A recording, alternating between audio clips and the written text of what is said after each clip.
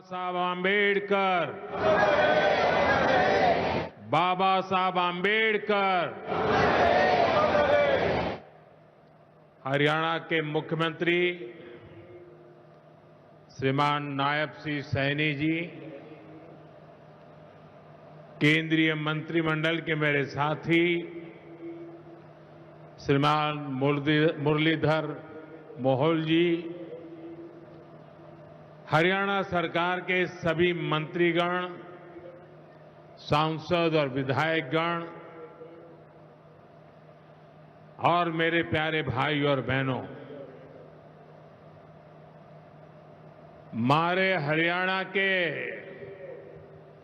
धाकड़ लोगों ने राम राम।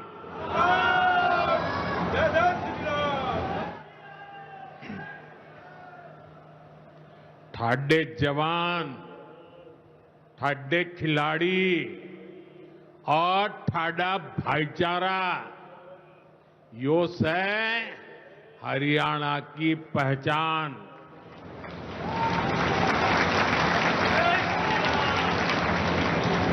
लावणी के इस अति व्यस्त समय में आप इतनी विशाल संख्या में हमें आशीर्वाद देने पहुंचे हैं। मैं आप सभी जनता जनार्दन का अभिनंदन करता हूं। गुरु जंबेश्वर, महाराजा अग्रसेन और अग्रोहा धाम को भी श्रद्धापूर्वक नमन करता हूं। साथियों, हरियाणा से, हिसार से मेरी कितनी ही यादें जुड़ी हुई है। जब भारतीय जनता पार्टी ने मुझे हरियाणा की जिम्मेदारी दी थी, तो यहां अनेक साथियों के साथ मैंने लंबे समय तक मिलकर काम किया था। इन सभी साथियों के परिश्रम ने भारतीय जनता पार्टी की हरियाणा में नींव को मजबूत किया है। और आज मुझे ये देखकर गर्व होता है कि भाजपा विकसित हरियाणा, विकसित भारत के लक्ष्य को लेकर पूरी गंभीरता से काम कर रहा है। साथियों, आज का दिन हम सभी के लिए, पूरे देश के लिए और खास करके दलित, पीड़ित, वंचित, शोषित, उन सब के लिए बहुत महत्वपूर्ण दिवस है। उनके जीवन में तो दूसरी दिवाली होती है। आज संविधान निर्माता बाबा साहब आंबेडकर की जयंती है। उनका जीवन, उनका संघर्ष, उनका जीवन संदेश हमारी सरकार की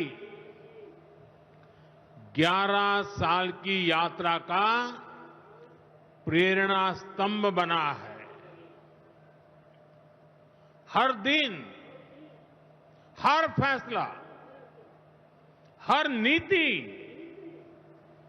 बाबा साहब आंबेडकर को समर्पित है। वंचित, पीड़ित, शोषित, गरीब, आदिवासी, महिलाएं, इनके जीवन में बदलाव लाना, इनके सपनों को पूरा करना, ये हमारा मकसद है। इसके लिए निरंतर विकास, तेज विकास, और यही भाजपा सरकार का मंत्र है। साथियों, इसी मंत्र पर चलते हुए आज हरियाणा से अयोध्या धाम के लिए फ्लाइट शुरू हुई है। यानी अब श्री कृष्ण जी की पावन भूमि हरियाणा प्रभु राम की नगरी से सीधे जुड़ गई है।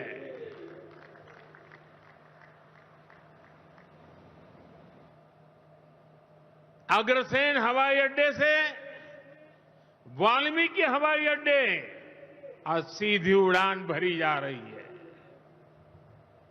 बहुत जल्द यहां से दूसरे शहरों के लिए भी उड़ानें शुरू होगी। आज हिसार एयरपोर्ट की नई टर्मिनल बिल्डिंग का शिलान्यास भी हुआ है। ये शुरुआत हरियाणा की आकांक्षाओं को एक नई ऊंचाई पर पहुंचाने की उड़ान है।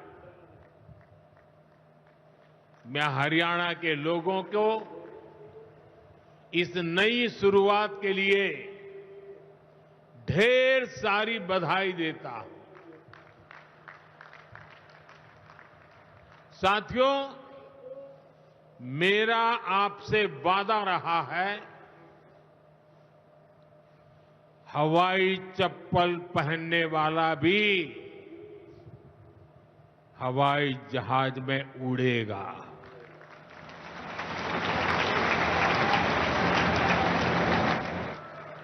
और ये वायदा हम देश में चारों तरफ पूरा होता देख रहे हैं। बीते 10 सालों में करोड़ों भारतीयों ने जीवन में पहली बार हवाई सफर की है। हमने वहां भी नए एयरपोर्ट बनाए जहां कभी अच्छे रेलवे स्टेशन तक नहीं थे। 2014 से पहले देश में 74 एयरपोर्ट थे। सोचिए, 70 साल में 74। आज देश में एयरपोर्ट की संख्या 150 के पार हो गई है।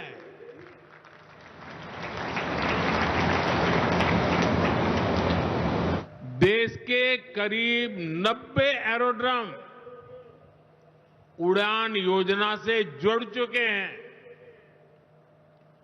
600 से अधिक रूट पर उड़ान योजना के तहत हवाई सेवा चल रही है। इनमें बहुत कम पैसों में लोग हवाई यात्रा कर रहे हैं और इसलिए आज हर साल हवाई यात्रा करने वालों का नया रिकॉर्ड बन रहा है।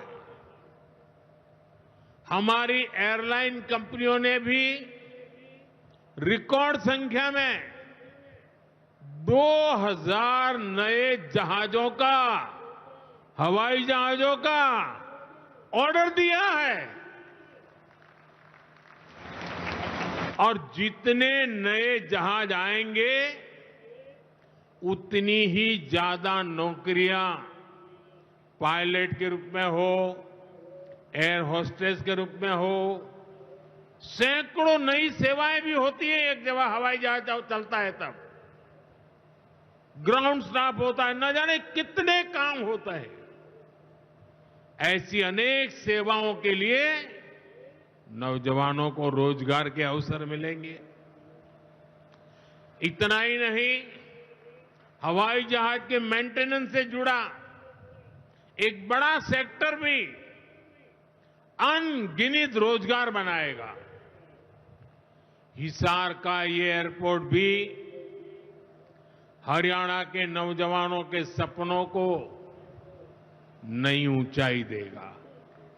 साथियों, हमारी सरकार एक तरफ कनेक्टिविटी पर बल दे रही है, दूसरी तरफ गरीब कल्याण और सामाजिक न्याय भी सुनिश्चित कर रही है। और यही तो बाबा साहब आंबेडकर का सपना था। हमारे संविधान निर्माताओं की यही आकांक्षा थी। देश के लिए मरने मिटने वालों का भी यही सपना था।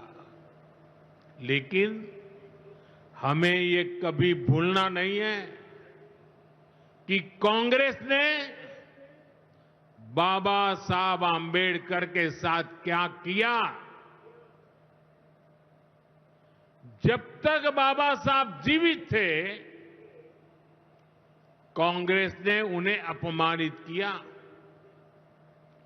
दो बार उन्हें चुनाव हरवाया। कांग्रेस की पूरी सरकार उनको उखाड़ फेंकने में लगी थी। उनको सिस्टम से बाहर रखने की साजिश की गई। जब बाबा साहब हमारे बीच नहीं रहे तो कांग्रेस ने उनकी याद तक मिटाने की कोशिश की। कांग्रेस ने बाबा साहब के विचारों को भी हमेशा के लिए खत्म कर देना चाहा। डॉक्टर अंबेडकर संविधान के संरक्षक थे। कांग्रेस संविधान की भक्षक बन गई है। डॉक्टर अंबेडकर समानता लाना चाहते थे, लेकिन कांग्रेस ने देश में वोट बैंक का वायरस फैला दिया। साथियों, बाबा साहब चाहते थे कि हर गरीब, हर वंचित गरिमा से जी सके, सर ऊंचा करके जिए, वो भी सपने देखें, अपने सपने पूरे कर सके। लेकिन कांग्रेस ने एससी, एसटी, ओबीसी को सेकंड क्लास सिटीजन बना दिया। कांग्रेस के लंबे शासनकाल में कांग्रेस के नेताओं के घर में स्विमिंग पूल तक पानी पहुंच गया, लेकिन गांव में नल से जल नहीं पहुंचा। आजादी के 70 साल बाद भी गांवों में सिर्फ 16% घरों में नल से जल आता था। सोचिए, 100 घर में से 16 घर में। इससे सबसे ज्यादा प्रभावित कौन थे?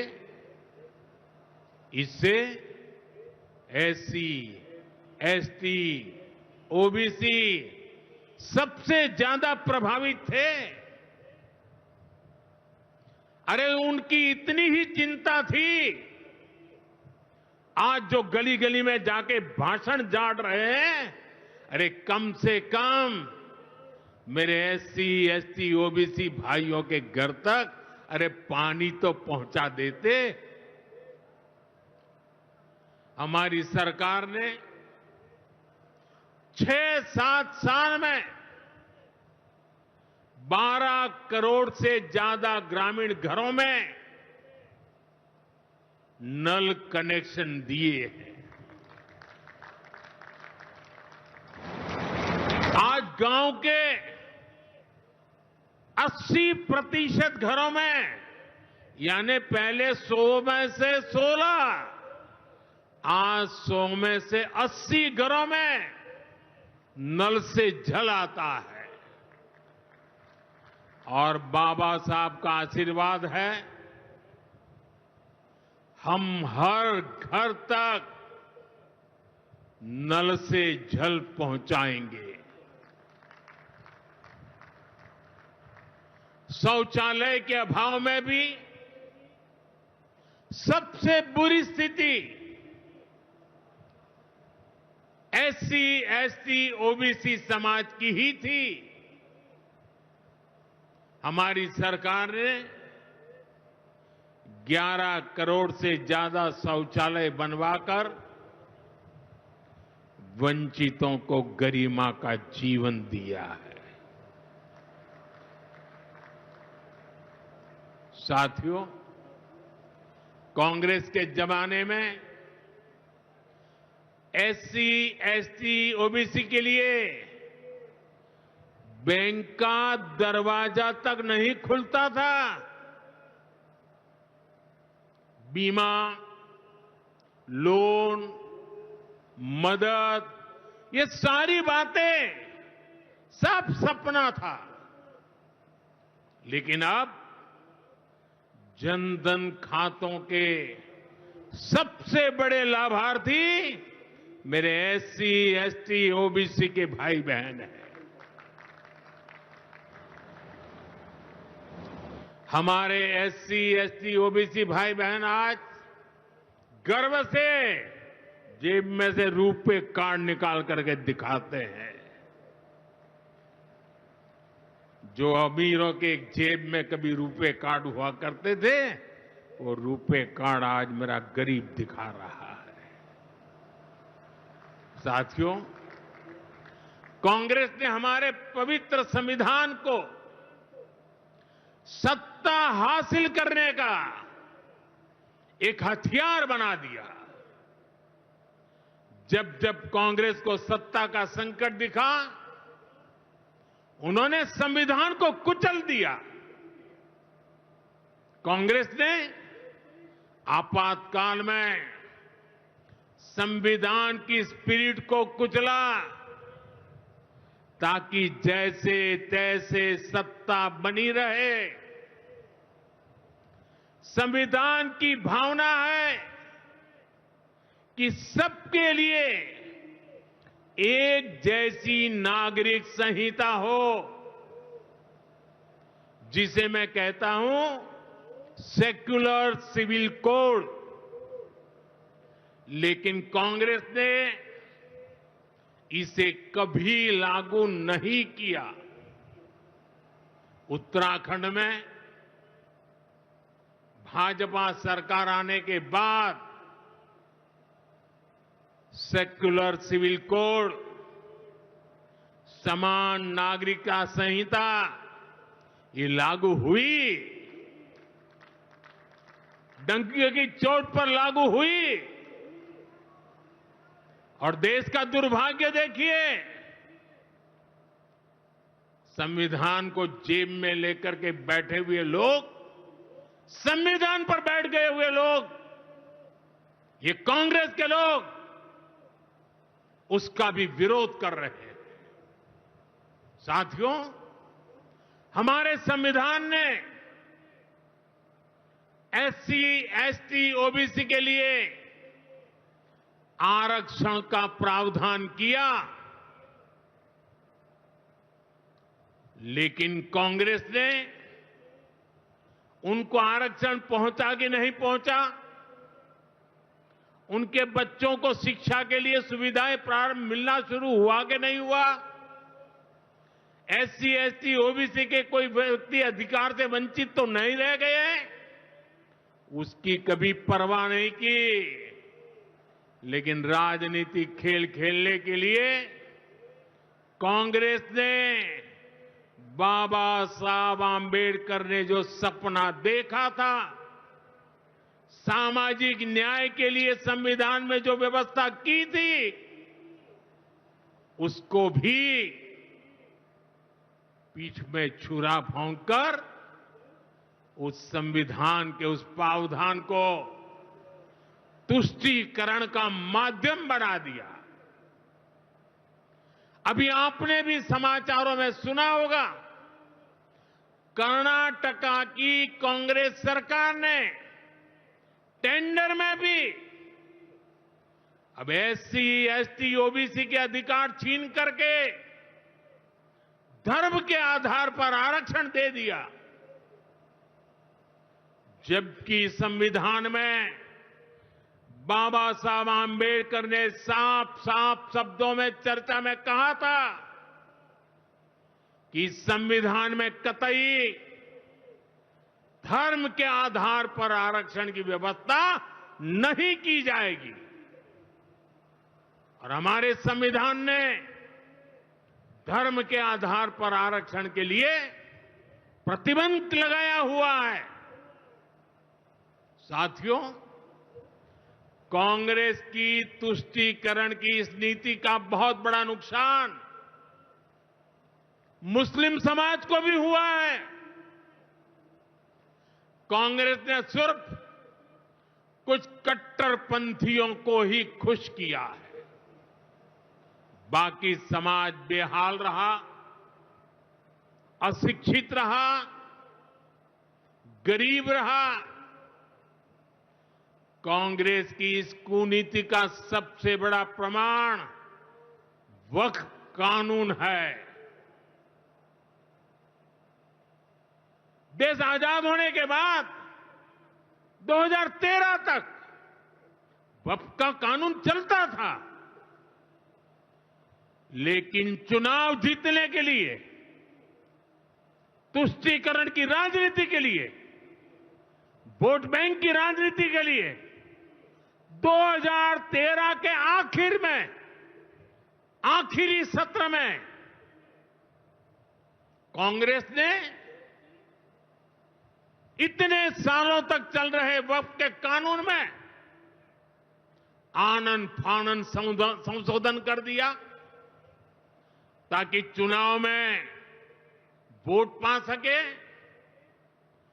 वोट बैंक को खुश करने के लिए इस कानून को ऐसा बना दिया कि बाबा साहब आंबेडकर के संविधान की ऐसी की तैसी संविधान से ऊपर कर दिया। ये बाबा साहब का सबसे बड़ा अपमान का काम था। साथियों, ये कहते हैं कि उन्होंने मुसलमानों के हित में किया।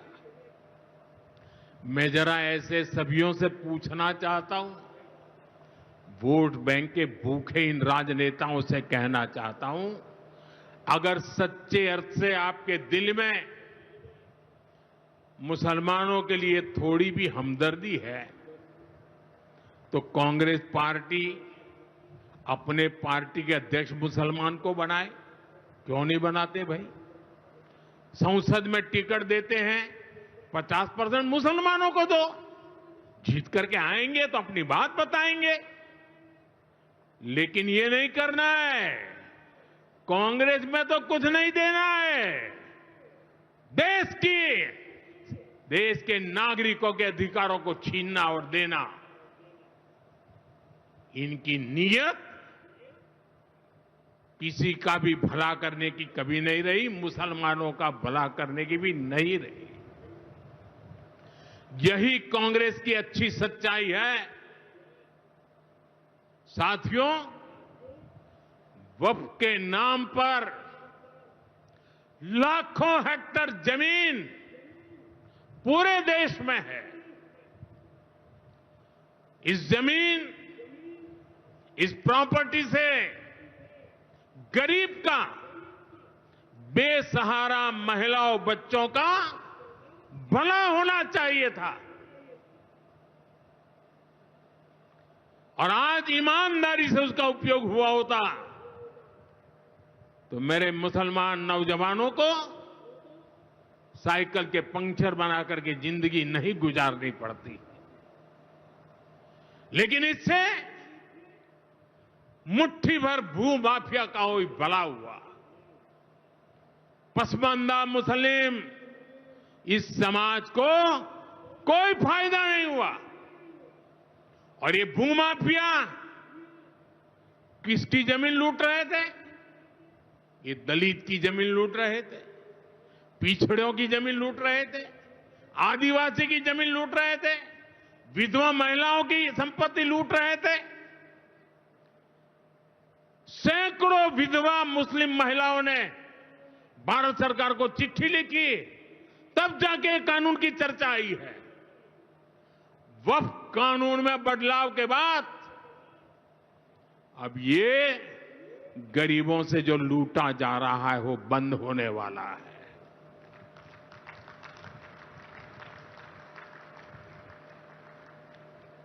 और सबसे बड़ी बात, हमने एक बहुत बड़ा जिम्मेदारीपूर्ण महत्वपूर्ण काम किया है। हमने इस वक्फ कानून में एक और प्रावधान किया है। अब नए कानून के तहत, वक्फ के कानून के तहत किसी भी आदिवासी की जमीन को हिंदुस्तान के किसी भी कोने में आदिवासी की जमीन को, उसके घर को, उसकी संपत्ति को ये वक्फ बोर्ड हाथ भी नहीं लगा पाएगा। ये आदिवासी के हितों की रक्षा करने का, संविधान की मर्यादाओं का पालन करने का हमने बहुत बड़ा काम किया है। नए प्रावधानों से वक्फ की भी पवित्र भावना का सम्मान होगा। मुस्लिम समाज के गरीब और पसमानदा परिवारों, मुस्लिम महिलाओं, खास करके मुस्लिम विधवाओं को, मुस्लिम बच्चों को उनका हक भी मिलेगा और भविष्य में उनका हक सुरक्षित रहेगा। और यही तो बाबा साहब आंबेडकर ने संविधान के स्पिरिट में हमें काम दिया हुआ है। यही असल स्पिरिट है, यही असली सामाजिक न्याय है। साथियों, हमारी सरकार ने 2014 के बाद बाबा साहब आंबेडकर की प्रेरणा को आने वाली पीढ़ियों तक पहुंचाने के लिए अनेक महत्वपूर्ण कदम उठाए। बाबा साहब देश और दुनिया में जहां जहां रहे, वे सभी स्थान उपेक्षित थे। जो संविधान के नाम पर अपनी राजनीतिक रोटी सेकने के लिए निकले हैं, उन्होंने बाबा साहब से जुड़े हुए हर स्थान का अपमान किया, इसे इतिहास से मिटाने का प्रयास किया। स्थिति ये थी कि मुंबई के इंदु मिल में बाबा साहब आंबेडकर का स्मारक बनाने के लिए भी देश भर में लोगों को आंदोलन करने पड़े। हमारी सरकार ने आते ही इंदु मिल के साथ साथ बाबा साहब आंबेडकर की महू की जन्मभूमि हो, बाबा साहब आंबेडकर जी की लंदन की शिक्षा भूमि हो, दिल्ली में उनकी महापरिनिर्वाण स्थली हो, या फिर नागपुर की दीक्षा भूमि हो, हमने सभी का विकास किया। इनको पंच तीर्थ के रूप में विकसित किया है। मेरा सौभाग्य है कि कुछ दिन पहले ही मुझे दीक्षा भूमि में जाकर नागपुर जाकर बाबा साहब को नमन करने का अवसर मिला। साथियों, कांग्रेस के लोग सामाजिक न्याय की बड़ी बड़ी बातें करते हैं, लेकिन हमें ये भी याद रखना है कि कांग्रेस ने बाबा साहब आंबेडकर और चौधरी चरण सिंह जी, इन दोनों महान सपूतों को भारत रत्न नहीं दिया था। बाबा साहब आंबेडकर को भारत रत्न तब मिला जब केंद्र में भाजपा के समर्थन वाली सरकार बनी। वहीं हमें गर्व है कि भाजपा की ही सरकार ने चौधरी चरण सिंह जी को भी भारत रत्न दिया है। साथियों, सामाजिक न्याय के, गरीब कल्याण के पथ को हरियाणा की भाजपा सरकार भी निरंतर सशक्त कर रही है। सरकारी नौकरियां की भी हरियाणा में क्या हालत थी, आप सबको पता है। यूं किया करते, जे नौकरी लागनी है तो किसी नेता के गैल हो ले, और न तो रुपया ले आ, बापू की जमीन और मां के तो जेवर भी बिक जाया करते हैं। मुझे खुशी है कि नायब सिंह सैनी जी की सरकार ने कांग्रेस की इस बीमारी का इलाज कर दिया है।